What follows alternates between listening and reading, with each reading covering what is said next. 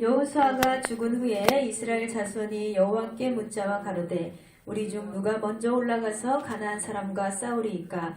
여호와께서 가라사대 유다가 올라갈지니라. 보라, 내가 이 땅을 그 손에 붙였노라 하시니라. 유다가 그 형제 시므온에게 이르되 나의 제비를 뽑아 얻은 땅에 나와 함께 올라가서 가나안 사람과 싸우자. 그리하면 나도 너희의 제비를 뽑아 얻은 땅에 함께 가리라. 이에 시므온이 그와 함께 가니라. 아멘. 할렐루야. 자, 오늘 하나님께서 저와 여러분에게 주시는 메시지, 이 사사기서 1장 1절에서 3절 말씀을 중심으로 뭉치면 살고 흩어지면 죽는다 라는 제목으로 함께 은혜를 나누고자 합니다. 다 같이 선포합니다. 뭉치면 살고 흩어지면 죽는다. 아멘. 자, 서양에서 시집을 가는 딸에게 어머니가 선물을 해주는데요. 그 선물은 진주를 주는 풍습이 있다고 합니다. 이때 진주는 프로즌 티얼스라고 해서 얼어붙은 눈물이라고 해요. 얼어붙은 눈물이라고 부르는데, 어머니가 시집가는 딸에게 진주를 선물하는 이유는 바로 아마도 시집을 가면 내 딸이 이제 고생의 시작이다 라고 생각을 하는 거예요. 어머니는. 그러면 한 가정의 아내가 되고 며느리가 되고 엄마가 된다는 것은 생각보다 행복한 여정만은 아니라는 거죠.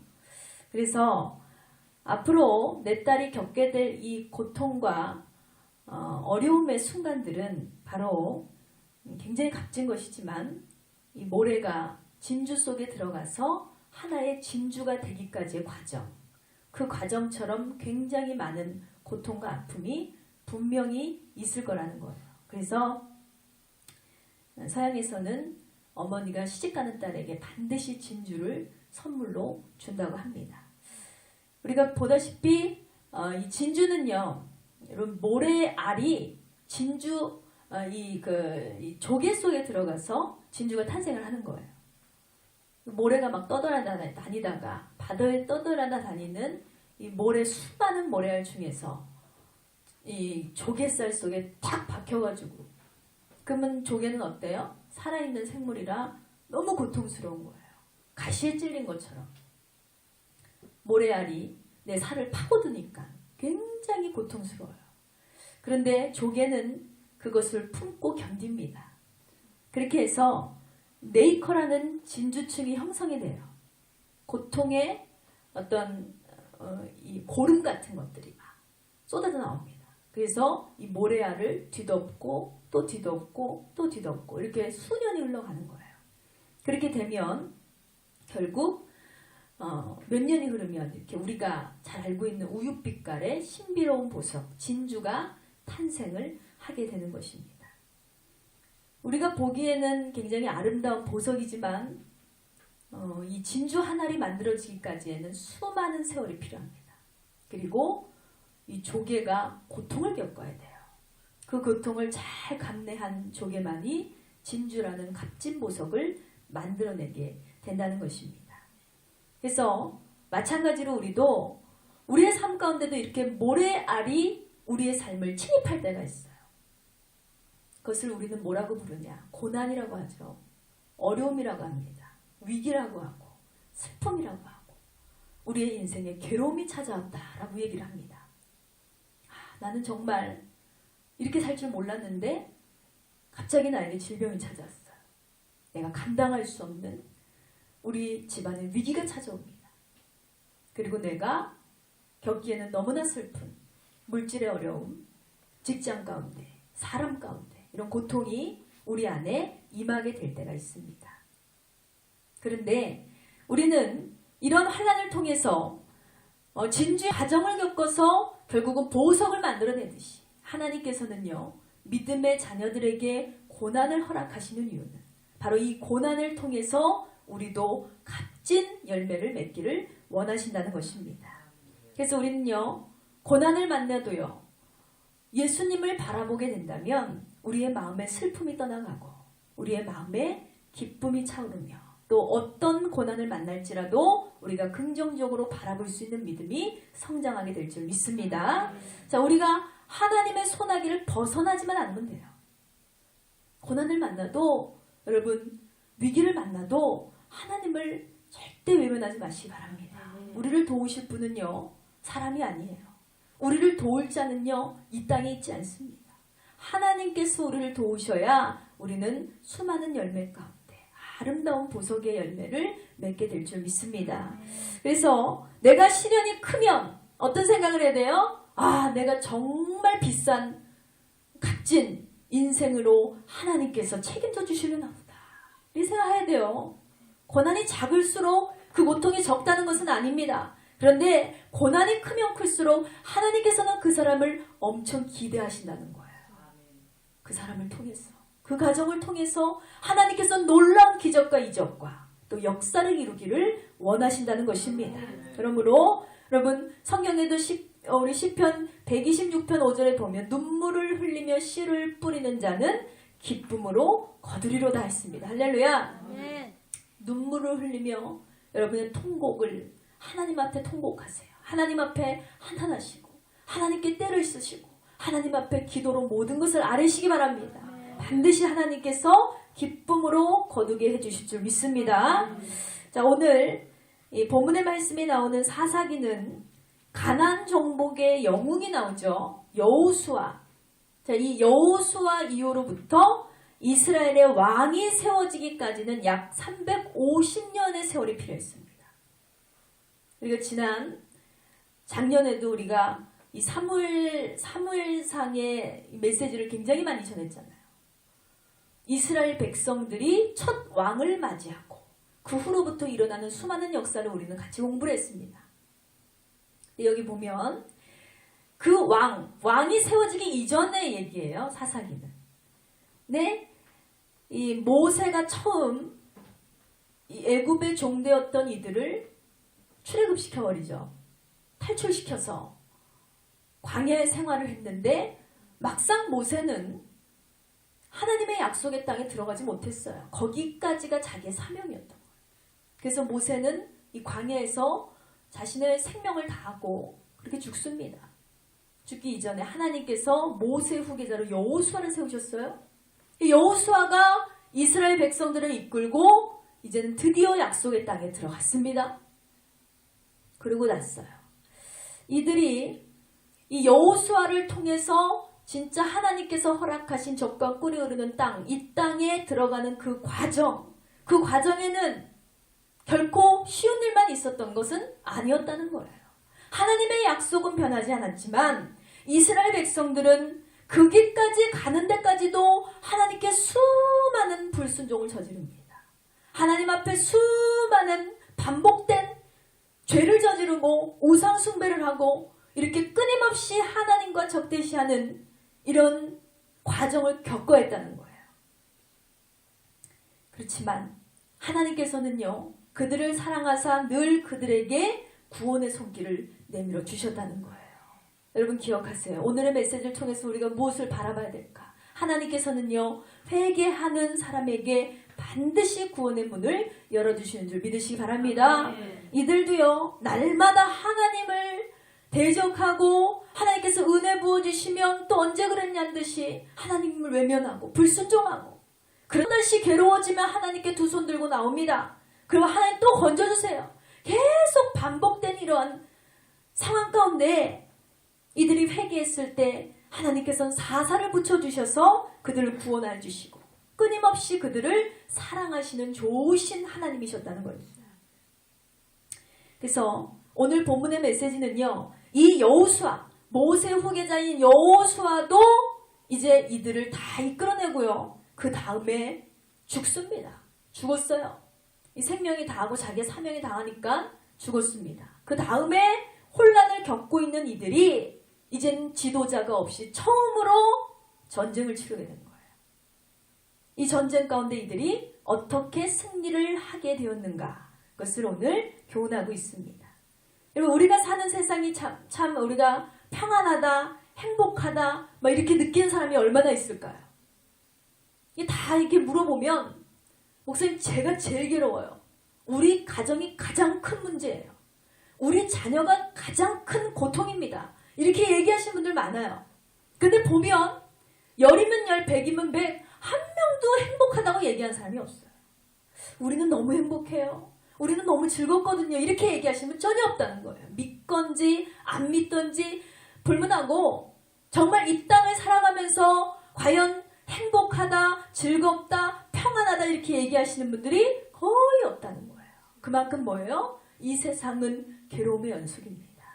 이 세상의 가정들, 인생들, 사람들 다 누구나 자기만의 겪는 고통이 있고 그 고통 가운데 괴로워하며 날마다 행복하기를 꿈꾸며 그렇게 살아간다는 것입니다. 지금도 보면 우리나라가 굉장히 어수선하잖아요. 세월이 굉장히 많이 흘렀고 6.25 전쟁 때에 비하면 지금 얼마나 행복한 때입니까? 문화가 너무나 많이 발달을 했어요. 너무나 이 IT나 어떤 문화적으로나 기업적으로나 지금 우리나라는 정말 강대국을 향해 나아가고 있습니다. 그런데 기술이 그렇게 발달을 하고 경제가 개발이 되면 뭐 하냐고요? 사람들의 얼굴을 보세요. 이 출근길에 사람들의 출근하는 모습을 보면 행복해서 출근하는 사람이 없더라고요. 다들 그 미간에 오만상을 쓰고 정말 죽으러 가는 전쟁터에 끌려나가는 용사들처럼 그렇게 괴로워하면서 간다는 거예요. 천진난만한 아이들을 보세요. 아이들이 학교를 가는 그것이 굉장히 즐거워야 되거든요. 그것이 아이들의 순수한 모습입니다. 근데 그런 아이들이 학교를 겨우 마치고 나와서 반복되는 학원, 피아노 학원이고 미술 학원이고 영어 학원이고 지금은 아이들이 어른들은 더 바빠요. 아이들의 인상을 보면 아이들에게서만 느낄 수 있는 천진난만한 모습이 지금은 다 사라져버렸어요. 그만큼 지금 누구나 할 거 없이 남녀노소 할 거 없이 굉장히 괴로운 인생들을 우리는 어쩔 수 없이 살아가게 됩니다. 왜? 죽지 못해 삽니다. 이런 얘기를 많이 한다는 거예요. 그래서 우리가 이런 세상을 살아가면서 누구나 할 거 없이 혼란을 겪을 때가 있어요. 내가 지금 왜 사는 거지? 내가 이걸 뭘 하는 거지? 지금 왜 어떻게 살아야 되지? 앞으로의 진로는 어떻게 될 것인가? 앞으로의 우리의 가정은 어떻게 되지? 굉장히 혼란스러울 때가 찾아올 때가 있다는 거예요. 그래서 우리는 이렇게 불확실한 시대를 살고 있습니다. 누가 하나가 걱정 마. 네 인생은 잘 될 거야. 걱정하지 마세요. 여러분의 가정은 잘 될 겁니다. 내가 책임질 수 있어라고 말하는 사람이 누가 있어요? 아무도 우리의 인생을 책임져 줄 수는 없다는 것입니다. 그러면 이렇게 어지럽고 분주한 세대를 살아가는데 예수 믿는 자들도 우왕좌왕하고 있어요. 하나님을 믿고 교회를 다니지만 그래도 여전히 불안한 건 마찬가지예요. 여전히 뭘 의지할 게 없어요. 왜? 예수님을 통해서 내가 진짜 거듭남을 체험하지 못했기 때문에. 예수는 우리에게 수많은 약속을 허락하셨고 하나님께서는 이 성경의 메시지를 통해서 우리에게 많은 언약을 허락하셨습니다. 그러나 그 말씀을 신뢰할 수가 없어요. 불안합니다. 그 말씀이 정말 내 안에 임할까? 우리의 가정을 점령할까? 우리의 인생을 변화시켜줄지 아무도 그것을 장담하지 못한 채 지금 이렇게 우리가 무분별한 신앙생활을 하고 있다는 것입니다. 여러분 그렇다면 우리는 이렇게 어수선하고 불안전하고 혼란스러운 시대를 살아가는데 이러한 인생 가운데 우리는 어떻게 대처하고 살아가야 하는가? 자, 불확실할 때일수록 하나님을 더욱더 의지하고 또 교회가 하나 되고 믿음으로 우리가 발전되어 나갈 때 하나님께서 온전히 저와 여러분을 책임져 주실 줄 믿습니다. 하나님을 믿는 믿음으로 가득 채워져야 돼요. 여러분 어차피 세상은 믿을 게 없어요. 세상에 여러분 여러 가지 방법을 다 이용해 보지만 우리가 나아짐이란 조금도 없습니다. 그렇다면 여러분이 수고하고 노력해야 될 것은 이제는 하나님을 믿는 삶이에요. 온전히 하나님을 바라보는 삶입니다. 우리나라는 또 한국 교회는 성도 여러분의 기도가 필요합니다. 성도들의 기도가 필요해요. 지금 믿는 사람들이 다 나태해져 있고 믿음으로 기도하지 않고 합심으로 연합되지 않고 지금 교회에서 예배가 시작되면 뭐합니까? 부흥회가 시작되면 뭐합니까? 모이는 사람이 없어요. 기도하는 사람이 없습니다. 괴롭습니다. 힘듭니다. 고통스럽습니다. 막 불평하는 사람은 많아도 나와서 기도하는 사람들은 없어요. 기도하지 않은데 어떻게 하나님께서 응답하시겠어요? 예배하지 않은데 어떻게 해서 하나님께서 우리의 인생을 책임져 주실 수 있겠습니까?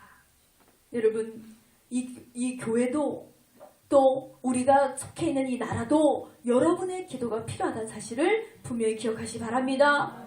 문화가 많이 발전했으면 뭐예요?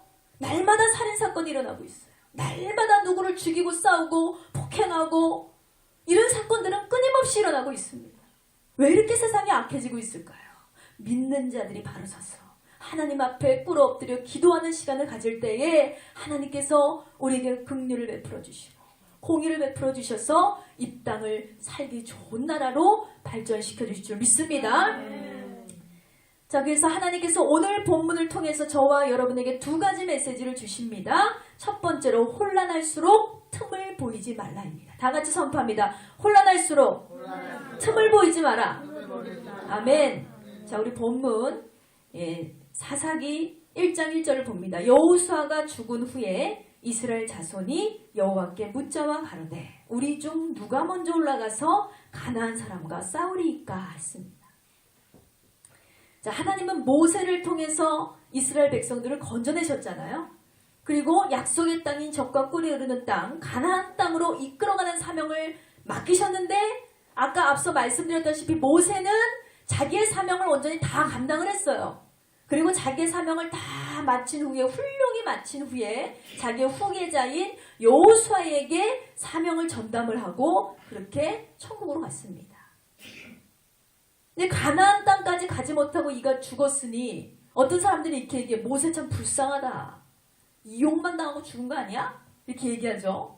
그렇지 않아요, 여러분. 하나님께서는요, 각자 역량에 따라서 하나님께서는 각자 우리에게 맡기신 사명이 있어요. 그 사명 거기까지면 거기까지 해야 돼요.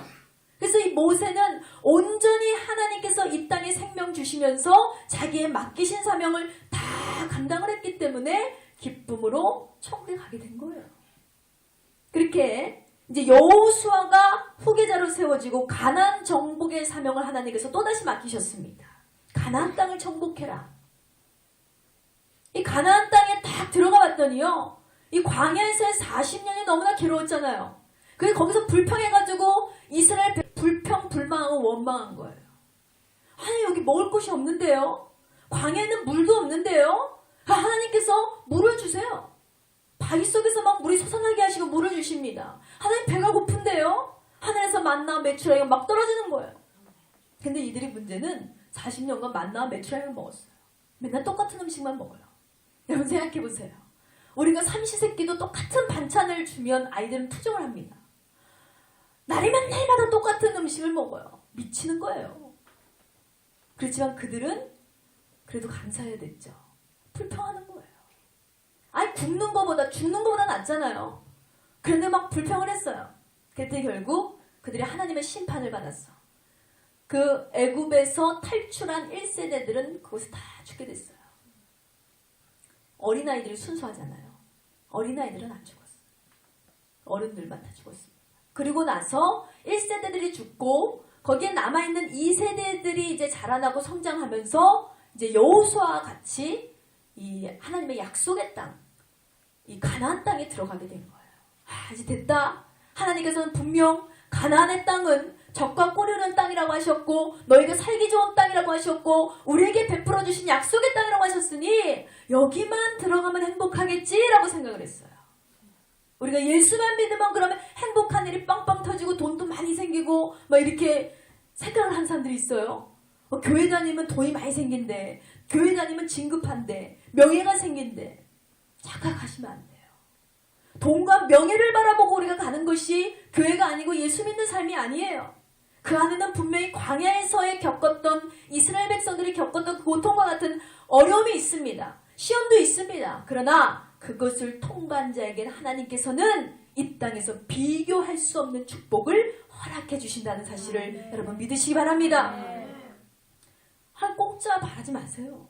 내가 반드시 하나님의 시험에 합격해야 돼요. 통과해야 됩니다. 이들이요, 가나안 땅에 들어가기만 하면 됐어 이제.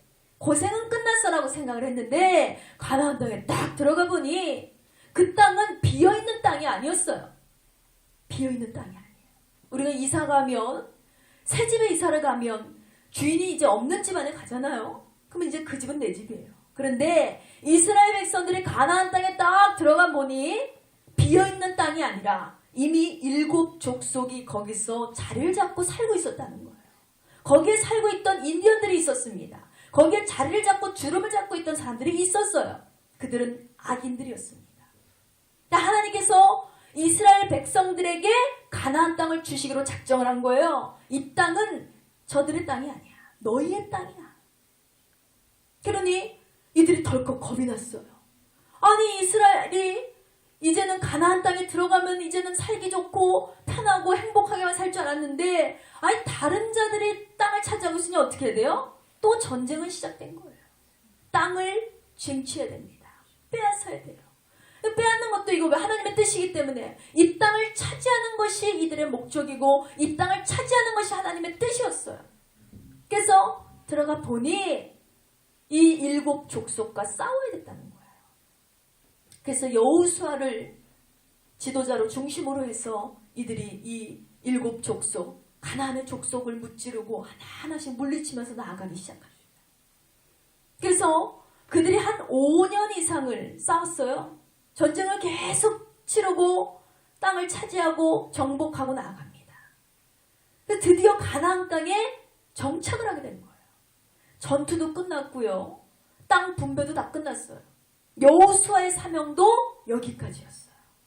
모세처럼 다음 후계자를 세우지도 못하고 여호수아는 그렇게 전투 중에 가나안을 정복 중에 110세에 여기서 생명을 다하고 죽습니다. 그래서 이제 여호수아도 천국에 갔어요. 근데 모세는 여호수아라는 후계자를 세우고 가게끔 하셨는데 이번에는 여호수아는 자기의 후계자를 세우지도 못하고 그냥 천국에 간 거예요. 그러니 어떻게 해요? 이스라엘 백성들에게는 그때는 왕이 있던 시절이 아니었기 때문에 이들을 통치하고 리드하고 인도하고 우리를 좋은 곳으로 이끌어주고 지혜롭게 슬기롭게 해줄 만한 어떤 지도자가 없었다는 거예요. 그러니 이스라엘 백성들이 어때요? 지도자도 없이 꼭 그 부모를 잃은 고아 같은 삶을 살 수밖에 없었다는 것입니다. 와, 그랬더니 이들이 막 혼란이 찾아온 거예요. 아니, 이제 가나안 땅에 와서 한 족속씩 막 물리치고 땅을 차지하고 이제는 좀 살만하다 했더니 이제 지도자가 죽었네. 그 누구를 믿고 살아야 돼요? 부모 없는 자녀들 스스로가 어른이 이제 아닌데 아직 어른이 아닌데 스스로 살 힘이 없잖아요. 누군가를 의지해야 되잖아요. 이들이 덩그러니 계속 지도자만 믿고 살다가 자기들끼리 남겨졌으니 어때요? 마음과 생활의 혼란이 찾아오기 시작했다는 것입니다. 약속의 땅에 들어왔지만 땅은 차지했지만 그들은 마음에 두려움이 임하게 되었다는 것입니다. 우리를 관리하고 지혜롭게 인도하던 지도자만 있으면 괜찮은데 마음에 두려움이 찾아왔어요. 근데 공교롭게도 이들이 두려워서 떨고 있는 이때에 그 혼란을 틈타고 뭐가 찾아왔느냐? 아직 정복하지 못한 가나안의 다른 족속이 이들을 치고 들어옵니다. 노린 거예요.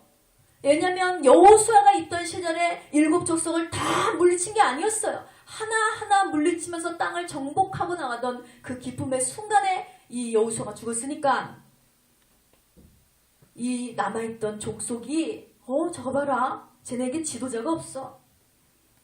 저들이 저렇게 약할 때 우리가 치고 들어가자. 해가지고 이들을 정복하기 위해서 족속이 쳐들어왔다는 거예요. 여러분, 그런 위기의 상황이 지금 오늘 우리가 읽은 본문 사사기 1장에 나와 있습니다. 그들 곁에는 아무도 없어요. 적군은 막 자기들을 무찌르겠다고 찾아오는데 나는 의지할 누군가가 없고 의지할 힘도 없고 무찌를 누구도 아무것도 없어요. 이런 위급한 상황에서 도대체 어떻게 해야 될지 몰라서 그들이 우왕좌왕하고 난리가 났다는 거예요. 여러분, 우리도 이런 위기를 만날 때가 있습니다. 정말 우리가 생각지도 못하고 상상지도 못했던 일이 우리 가정에 일어날 때가 있어요. 우리가 위기를 미리 예측해보는 사람이 누가 있어요? 우리의 삶을 미리 예견하며 사는 사람이 누가 있냐고요? 예측치도 못하게 상상치도 못한 일이 갑자기 우리의 삶을 점령할 때가 있다는 것입니다. 그럴 때 우리는 어때요? 당황스럽잖아요. 어이가 없어요. 너무 혼란스러워요. 그런 위급한 상황이 갑자기 찾아오면 어떻게 돼요? 우리는 하나님을 붙잡고 기도해야 된다는 사실을 여러분 기억하시기 바랍니다. 근데 이 세상은 어때요? 하나님을 모르는 백성들은요, 위기를 만나면 그 위기를 틈타고 사탄이 그 마음을 점령해버리는 거예요. 사탄 속삭입니다. 너 살 수 있어? 너 이런 상황을 만났어. 너 어떻게 할 거야? 죽어야지. 죽여야지. 지금 이런 세대가 왔어요. 엊그저께도 뉴스를 보니까 37살 먹은 엄마가 3살 된 자기 아이를 가슴에 품고 투신 자살을 했어요. 왜 그런가 했더니 이 아이가 3살이 됐는데 멀쩡하던 아이가 갑자기 이상해요. 병원에 데려가 봤더니 자폐아라는 거예요. 자폐아 판정을 받았어요. 엄마에겐 마음에 혼란이 찾아온 거죠. 사랑하는 내 아들이 자폐아래. 그러면 평생 얘는 우리의 가정의 짐이 되고 내가 없다면 이 아이는 죽을 수밖에 없는, 스스로 어떻게 자기 스스로 살아갈 수 없는 정신병에 걸린 거예요. 그 아들을 봤을 때 엄마는 고통스러워서 아들이 자폐아 판정을 받는 순간부터 엄마는 잠을 잘 수가 없었대요. 한시도 잠을 잘 수가 없는 거예요. 왜? 마음에 두려움이 찾아왔어요. 공포가 찾아왔어요. 위기가 찾아왔습니다. 이거 어떻게 하지? 아들이 3살 될 때까지 내 아들이 장애인이 되고 정신병에 걸리고 자폐아가 될 거란 상상을 해본 적도 없는데 너무 마음에 고통이 찾아오니까 그 마음을 누가 샀을까요? 사탄이 점령하는 거예요. 죽어. 살면 뭐하냐. 그러니 남편과 잠을 자고 있는데 남편이 어디서 쿵 하는 소리가 나가지고 깜짝 놀라서 보니까 아내가 없어졌어요. 기절을 해서 거실로 나가보니 베란다 문이 활짝 열렸어요. 그 엄마가 너무 괴로움과 잠 못 이루는 그 순간 너무 고통을 받다가 결국 그 자폐아 아들을 끌어안고 투신을 한 거예요. 너랑 나랑 죽자 그런 거죠. 살면 뭐하냐. 근데 결국 아들은 살았어요. 머리가 다 깨졌고 장기가 다 파열됐다는데 아들은 지금 뭐 살아있다는 얘기를 들었는데 어떻게 되는지 모르겠어요. 그 이후로는 제가 못 봐서. 근데 엄마는 죽었어요. 굉장히 괴롭지 않습니까? 지금 우리가 사는 세대가 그렇습니다. 우리가 사는 세상이 그래요. 위기를 만나면 어떻게 대처해야 될지를 몰라요. 어려운 상황을 만나고 슬픔을 만나면 이것을 어떻게 컨트롤해야 될지 몰라서 죽자, 죽이자, 살지 말자, 하지 말자 이렇게 부정적으로 사탄은 우리의 마음을 점령하고 이끌어가는 거예요. 여러분 절대 속지 마시기 바랍니다. 사탄이 좋아하는 것은 멸망이에요. 사탄은 우리를 끊임없이 죽이려 듭니다. 할 수 없어. 너는 안 돼. 너희 가정은 망했어. 죽어야 돼. 사탄은 끊임없이 우리를 지옥의 불로 그렇게 끌고 가는 거예요. 여러분 우리가 지켜야 될 것은요. 내 마음을 하나님께로 드리는 거예요. 하나님께 내 마음의 중심을 드리시기 바랍니다. 하나님께서 온전히 책임지시고 우리의 인생을 죽이지 않는 삶, 생명의 삶으로 이끌어 주실 줄 믿습니다. 이스라엘 백성들도 그랬어요. 혼란이 찾아왔어요. 어떻게 해야 되지? 불안한데 두려운데 위기가 찾아왔는데 적들이 찾아왔는데 우리는 다 죽었네. 이러고 있었습니다. 여러분 잘 들으세요. 오늘 이스라엘 백성들의 행동에 그 해답이 있다는 거예요. 지금 가나안의 원수들이 찾아왔을 때 저들이 어떻게 했을까요? 1절 말씀을 다시 한번 봅니다. 여호수아가 죽은 후에 이스라엘 자손이 여호와께 묻자와 가로되 우리 중 누가 먼저 올라가서 가나안 사람과 싸우리까 했습니다. 아멘. 자, 이스라엘 백성들이 무엇을 하고 있습니까? 이스라엘 자손이 여호와께 묻자와 가로되 했습니다. 여러분 이 메시지가 뭐냐면 바로 하나님께 기도를 했다는 거예요. 이들이 혼란의 상황을 만났을 때, 위기의 상황을 만났을 때, 어려움의 상황을 만났을 때 이들이 결단한 건 뭐예요? 기도하자. 여호와께 물었다. 그럼 뭐예요? 하나님 어떻게 해야 됩니까? 하나님 도와주세요. 우리가 무엇을 해야겠습니까? 기도했다는 거예요. 기도했다는 거. 하나님께 현재 상황을 아뢰고 하나님을 전적으로 의지하는 믿음을 보였다는 것입니다. 여러분, 우리가 믿는 하나님은 어떤 분이에요? 우리 아버지 되시는 하나님은요, 이 천지 만물을 창조하시고 인생의 생사화복을 주관하시고 지금도 우리를 쉴만한 물가로 인도하시며 푸른 초장으로 인도하시는 좋으신 하나님임을 믿으시기 바랍니다.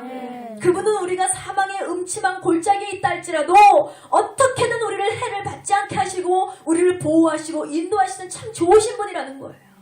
근데 그 좋으신 하나님이 나를 통해서 역사하시고 그 좋으신 하나님 보호하게 하기 위해서 여러분 어떻게 해야 될까요?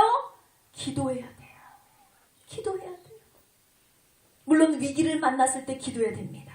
그러나 위기가 찾아오지 않아도 여러분은 끊임없이 기도해야 됩니다. 왜? 우리의 가정을 지켜주세요 하나님. 우리의 삶을 지켜주세요 하나님. 내 인생을 책임져주세요 하나님.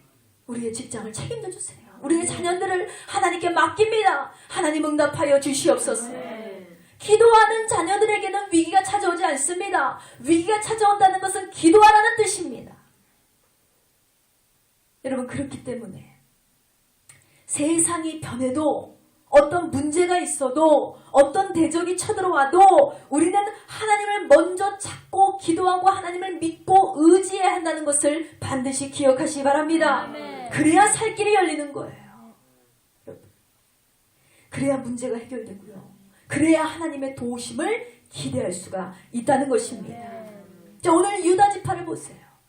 이 유다 지파들은요, 그들은 지도자를 잃어버렸지만, 이 이스라엘 백성들은 지도자를 잃어버렸지만 당황하지 않고 그 혼란한 위기와 두려움을 만났을 때 기도를 시작했다는 거예요. 그 결과가 어떻게 됐느냐? 4절 이하에 나오는데 그게 쫙 결과예요. 유다 지파가 예루살렘, 헤브론, 드빌, 아스글론, 에글론 등등등 해서 이 남지방과 서쪽 지역을 다 장악하게 돼요. 지도자가 없이 전쟁을 치렀는데요. 이들이 죽은 게 아니고 이들이 망한 게 아니고 이들이 어떻게 해요? 그들에게 해를 당한 게 아니고 점점 이들의 힘이 놀랍게 일어나기 시작하더니 이들이 남지역과 서쪽 지역을 다 장악해서 땅을 차지하게 됐다. 여러분, 이것이 바로 기도하는 자녀에게 부어주시는 하나님의 능력임을 믿으시기 바랍니다. 하나님과 동행하는 자는요, 하나님께서 이렇게 이끌어주시는 거예요. 기도했더니 하나님께서 힘을 주셨어요. 기도했더니 하나님께서 지혜를 주십니다. 기도했더니 하나님의 위기를 뛰어넘게 하십니다. 기도했더니 하나님의 살 길을 열어주셨다는 거예요. 지도자가 없는 오합지졸의 순간에도 이들은 하나님을 전적으로 의지합니다. 그 어떤 악한 세력도 어떤 위험이나 전쟁도 이들을 죽일 수 없었다는 거예요. 살 사람은 살잖아요. 보면 우리나라에 작년에도 사건 사고가 엄청 많았잖아요. 근데 뭐 살 사람은 살아요. 세월호의 그 엄청난 사건 속에서도 살자들은 살았어요.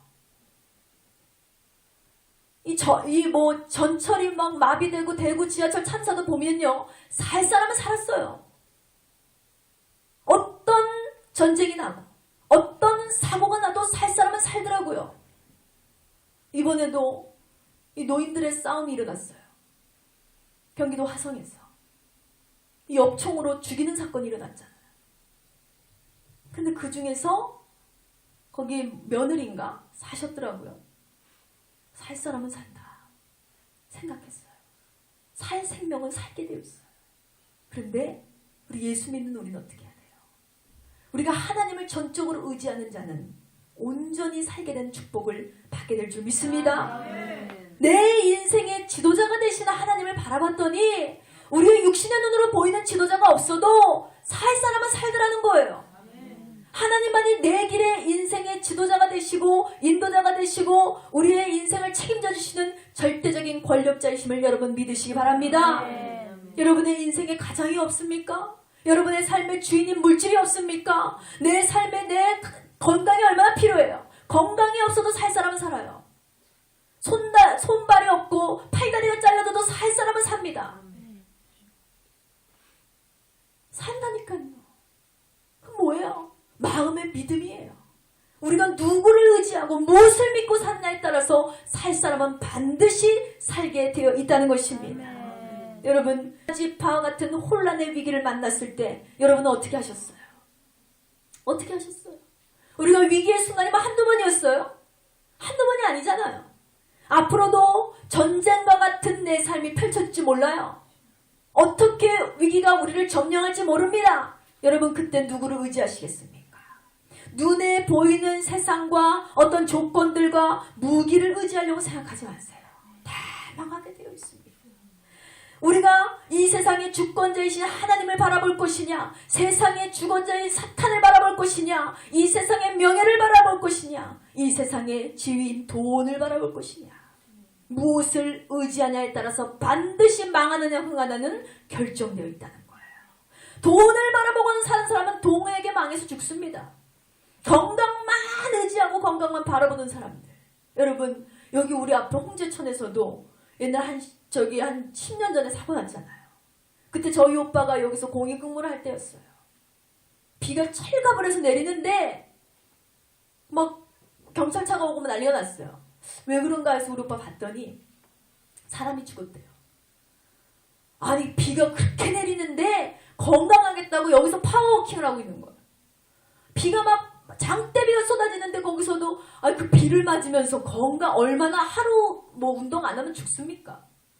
근데 그거 건강하겠다, 어떻게든 오래 살아보려고 거기서 파워워킹을 하시다가 그 물살에 여기 이제 하수구멍이 크게 뚫려 있으니까 거기서 막 물줄기가 팡 하고 터져 나오니까 이 사람이 중국의 장푼송 영화처럼 팍 하고 터져 나가서 개울가로 떨어져 버렸어요. 그랬더니 이 개천에 떨어져서 그 물살이, 비가 너무 많이 오니까 물살이 거세게 오니까 거침없이 떠나갔어요. 근데 그때는요, 지금 좀 공사를 해서 그런 위기를 모면하려고 지금 이게 큰 바위들을 많이 갖다 놨더라고요. 근데 그때는요, 조약돌밖에 없었어요. 그러니까 잡을 게 없어요. 막 급류에 흡살려 가는데 뭔가 잡을 게 없으니까 여기 막 쓸려가다가 여의도까지 쓸려갔대요. 그러다 이 사람 죽었어요. 물 막 먹고 그러니까는 죽었죠. 그 사람들이 이렇게 밀어나다니까요. 세상을 살아가다 보면 우리가 무엇에 집착하고 무엇에 의지하냐에 따라서 그렇게 미련하게 내 인생을 이끌어갈 때가 있어요. 비가 그렇게 많이 오는데 그 장마철에 왜 운동을 하냐고요, 도대체. 얼마나 살겠다고. 우리가 이렇게 미련한 인생을 살아요. 돌이켜보면 후회될 때가 얼마나 많은지 몰라요. 생명은 앗아가지 않았어도 우리가 실수하고 잘못해서 일이 빠그러지고 어그러지고 인생을 망치고 해치고 하는 일이 얼마나 많은지 몰라요. 하나님을 믿지 않는 자녀들은요, 이렇게 지혜롭지 못한 선택과 계획 가운데 살아갈 때가 너무나 많다는 것입니다. 여러분, 그러니 어떻게 해야 돼요? 우리의 인생 하나님께 온전히 맡기시기 바랍니다. 하나님께 기도함으로, 우리가 열심히 하나님을 의지함으로 우리의 인생을 아름답게 펼쳐나가야 되기를 주의 이름으로 축원드립니다. 자, 두 번째로 하나님께서 주시는 메시지는요, 두려울수록 믿음으로 뭉쳐라입니다. 다 같이 선포합니다. 두려울수록 믿음으로 뭉쳐라. 아멘. 자, 어떤 상황에서도 하나님께 기도하면 하나님은 반드시 응답해 주실 것을 믿습니다. 자, 어떤 오늘 이 본문 말씀에서도요, 이스라엘이 하나님께 기도하니까 하나님께서 응답해 주셨잖아요. 오늘 2절의 말씀 다 같이 봅니다. 2절의 말씀, 여호와께서 가라사대 유다가 올라갈지어다 보라 내가 이 땅을 그 손에 붙였노라 하시니라 했습니다. 아멘. 자, 지금 이스라엘이 하나님 앞에 기도를 하니까요, 하나님은 어떻게 해야 될까요? 이 위기의 상황에 어떻게 해야 될까요? 누가 올라가야 될까요? 라고 기도를 했어요. 그랬더니 하나님께서 즉각 응답을 하셨어요. 유다가 선봉이 되어서 나아가라 하셨습니다.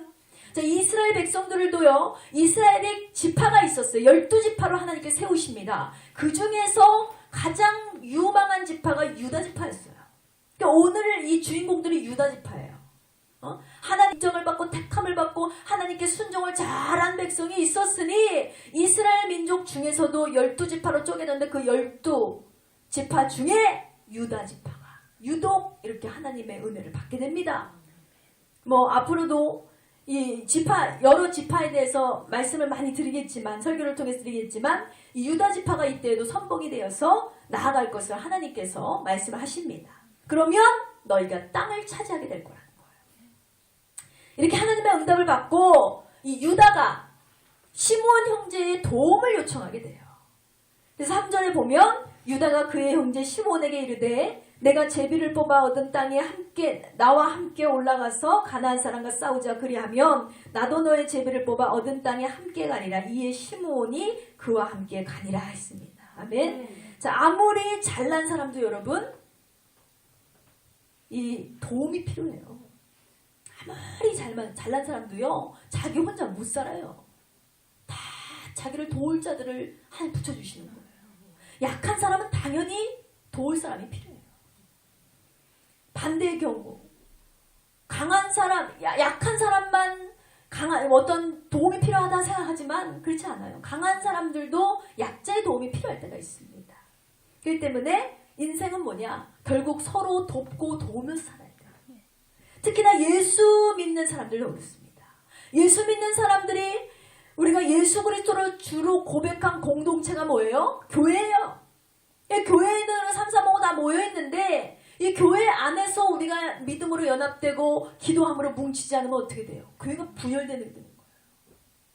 하나님의 교회가 성장할 수가 없고 하나님의 믿음의 공동체, 하나님께서 연락하시길 원하시는 이 하나님 나라가 확장될 수가 없어요. 그래서 우리 교회도 믿음으로 뭉치고 기도함으로 뭉치고 열심으로 연합해서 하나님의 뜻을 이뤄가는 복된 성령이 되기를 주의 이름으로 축원드립니다. 우리가 예수 이름으로 모이기를 힘쓰고 이렇게 예배당에 모여서 나라와 민족을 위해서 기도하고 교회를 위해서 기도하고 각 가정을 위해서 기도하고 이 중보할 때 하나님 아버지의 뜻이 이루어지는 것입니다. 중보의 은혜가 굉장히 중요해요. 그 뜻이 하나님께서는 유다에게 이 땅을 너의 손에 붙였다라고 얘기하셨어요. 유다는 동역자가 필요했어요. 내가 하나님께 나아가서 하나님께서 나를 지목하시고 우리 지파를 지목하셔서 우리가 저들과 싸우기를 원하시는데 우리만의 힘으로 되지 않는 걸 알았어요. 동역자를 주세요 하나님. 그랬더니 하나님께서 그에게 동역자를 주사 그의 형제 시므온을 붙여주셨습니다. 우리나라 속담에도 백지짠도 맞들면 낫다 하잖아요. 아무리 가벼운 이런 종이도 혼자 드는 것보다 같이 드는 게 좋잖아요. 그런 것들이 훨씬 더 힘을 덜 들게 하죠. 마찬가지예요. 이건 땅을 차지하는 전쟁입니다. 그냥 예산일이 아니었어요. 이 혼란을 이기기 위해서 영적인 전쟁이 필요한데 이 유다만의 힘으로는 안 됐어요. 동역자들의 기도와 동역자들의 도움이 필요했다는 거예요. 그래서 이 중대한 상황, 불확실한 상황일수록 이들은 하나님을 바라봤습니다. 하나님과 수직적인 관계가 이루어졌어요. 그 다음에 이들이 해야 될 게 뭐예요? 형제, 내 동역자들과의 평등의 관계가 또 형성돼야 돼요. 이것이 예수 믿는 사람들의 삶입니다. 여러분, 여러분의 삶 가운데 하나님과의 관계, 이 수직적인 관계가 온전히 이루어지지 않으면 여러분의 삶은 잘 될 수 없어요. 여러분의 가정은 잘 될 수 없습니다. 여러분의 위기를 이길 수가 없어요. 근데 여기서 끝이 아니에요. 하나님은 여러분을 도울 자들을 보내주세요. 특히나 믿음의 자녀들을 붙여주시고 나를 중보하게 하시고 우리 가정을 위해서 기도하게 하시고 우리를 도울 힘을 그들을 통해서 얻게 하시는 거예요. 보세요. 하나님과의 수직적인 관계 하나가 이루어졌습니다. 형제들과의 동역적인 관계가 이루어졌습니다. 이것이 뭐예요? 십자가예요. 이 십자가의 관계가 온전히 우리 안에서 이루어져야지만 하나님 나라라는 것입니다. 여러분, 하나님께서 우리에게 원하시는 삶은 축복이에요. 은혜예요. 열매 맺는 삶입니다. 하나님은 결코 인간을 죽이려고 하시는 분이 아니에요. 우리에게 산 생명을 주시려는 분이 그분입니다. 이런 관계, 십자가의 관계가 온전히 형성돼야 여러분의 삶이 회복되고 가정이 평안하고 우리가 어떤 어려움에도 위기를 이기며 극복하며 살게 된 줄 믿으시기 바랍니다. 자, 그렇게 하나님의 일이 이루어지기 위해서 이 유다 지파가 시므온 지파에게 도움을 요청했더니 도와달라고 말할 수 있는 용기도 하나님께서 주신 은혜예요. 또 도와주는 형제가 있는 것도 너무나 큰 은혜였어요. 시므온에게 요청을 했던 시므온이 거절할 수 있잖아요. 야, 내가 잘못하다 죽게 생겼는데 미쳤다고 널 도와주냐 할 수 있어요. 그런데 이가 기꺼이 도와주겠다고 합니다. 큰 복이에요. 이 일이 되려니까 역시 이렇게 막 따라오는 거예요. 여러분, 위기가 닥쳤을 때 여러분은 누구에게 도움을 요청하십니까? 우리가 막 위기가 닥쳤을 때 이 사람이면 반드시 나한테 돈 빌려줄 것 같아. 이 사람이면 꼭 나를 도와줄 것 같아 하는 사람 꼭 있어요. 그런데 이상하게 그 사람한테 요청하면 안 도와줘요. 여기서 막 부글부글 끓는 거예요. 저 사람은 도와줄 줄 알았는데, 저 형제는 나를 반드시 도와줄 줄 알았는데 이상하게 안 도와주더라는 거예요. 그 막 의갈지고 다투고 싸우고 막 이러잖아요. 그런데 걱정할 필요 없어요.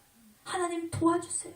하나님 도와주세요. 하나님께서 반드시 살 길을 열어주시고 나에게 믿음의 동역자를 붙여주시고 나를 도울 자를 보내주실 줄 믿습니다. 기도하면 하나님께서 어느 날 갑자기 이 왕의 재정이라는 이 책을 쓴 김미진 간사님이 계세요. 하나님께서 그분에게 선교를 나가라고 하셨는데 선교를 갈 돈이 없었어요. 기도합니다. 하나님, 내 사정 아시잖아요. 내 수중에는 10만 원도 없는데 280만 원짜리 선교를 어떻게 갑니까? 했더니 하나님이 그래도 너는 가야 된다. 가라 했어요. 알겠습니다. 일단 신청은 했어요. 가겠다고. 근데 하나님, 그날까지 돈이 안 들어오면 어떡하죠? 무조건 내가 채우리라. 가라 그랬어요. 그래서 간다고 했는데 이제 거기다가 얘기를 하고 보니까 내일 며칠 28일 오후 5시까지 배를 타고 가야 되니 거기로 모이십시오 했어요. 그런데 거기에서 지도하는 리더가 하는 말이 그날까지 돈이 완성이 안 되면 나오지도 마세요 그랬어요. 그랬는데 그렇게 열흘이 흘렀어요. 열흘 동안 한 푼도 낼 수가 없었습니다. 그렇게 또 일주일이 흘렀어요. 그동안 한 푼도 낼 수가 없었어요. 돈이 없으니까 지금 먹을 돈도 없는데 무슨 280만 원 어디 있어요. 기도했어요. 하나님 주신다고 했으니까 기도했습니다. 그날이 됐습니다. 떠날 28일이 됐는데 그날 1시가 됐어요. 돈이 안 들어와요. 돈은 없어요. 여전히 280원커녕 280원도 없어요. 그런데 하나님께 또 기도했어요. 그래서 4시가 됐어요. 하나님, 이제 내가 출발을 해야 돼요. 5시까지 모이는 건데 분명히 지도자가 그랬습니다. 돈을 완성시키지 않으면 오지도 마세요라고 했는데 내가 어떻게 이 낮적으로 갈 수 있겠습니까? 그랬어요. 그랬더니 하나님이 그래도 가라 그러시는 거예요. 답답한 거 하나님 이상하시네. 돈이 없다니까 왜 자꾸 가라 그러세요. 그렇지만 갔어요. 그냥 안면몰수하고 짐을 싸가지고 갔습니다. 그런데 가니까 너무 부끄러워가지고 가는데 얼굴을 들지 못해요. 그랬더니 거기서 지도자가 막 환영해서 어서 오세요 이렇게 늦게 오셔서 빨리빨리 오세요 그러는 거예요. 이상하다. 나 돈 하나도 안 됐는데 왜 나 이렇게 반기지? 내가 돈 갖고 온 줄 아나? 그래가지고 딱 가봤더니 김미진 자매님 아니 어떻게 이렇게 돈을 마련하셨어요? 그러는 거예요. 이게 무슨 소린가? 그랬더니 갑자기 그때 전화벨이 울리는데 딱 받아봤더니 거의 친분도 별로 없는 어느 아는 목사님인데 그 목사님이 미진 자매님 오늘 하나님께 새벽에 기도를 했더니 하나님께서 미진 자매님에게 280만 원을 붙이래요. 그래서 내가 280만 원을 새벽에 붙였는데 받으셨어요? 하는 거예요. 기절할 것 같은 거죠. 너무 말이 안 나와가지고 그 지도자한테 물어봤대요. 그랬더니 아니 아침에 다 입금됐던데요. 그래서 계속 기다리고 있는데 안 오셔가지고 왜 안 오나 그랬습니다. 하나님께서는요 얼마나 그 위기의 순간에 믿음을 마귀는 계속 믿음을 버리라고 하잖아요. 야 너 출발도 못해. 지금까지 10원도 없는데 어떻게 갈 거야. 하나님은 자꾸 다 됐다 가라 딱 도착해봤더니 이미 다른 목사님의 마음에 감동을 주셔서 280만 원을 다 입금하게 하시고 나는 그냥 가라 하면 가면 되는 거였어요. 그러한 놀라운 기적을 하나님 안에서 경험하게 되었다는 겁니다. 여러분 이게 그냥 남의 얘기가 돼서는 안 돼요. 여러분과 저와 우리의 삶의 문제가 이렇게 해결되게 될 줄 믿습니다. 여러분 믿는 자에게 하나님을 의지하는 자에게 하나님의 약속을 믿고 하나님께 순종하고 나아가는 자에게 하나님은 반드시 이 기적을 체험하게 하실 줄 믿습니다.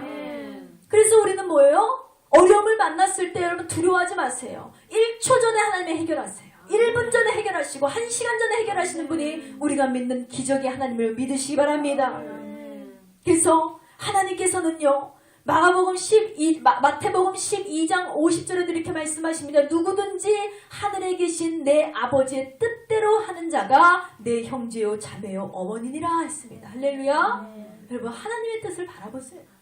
어떤 문제도 하나님께서 해결해 주시면 우리는 아무 문제가 없어요.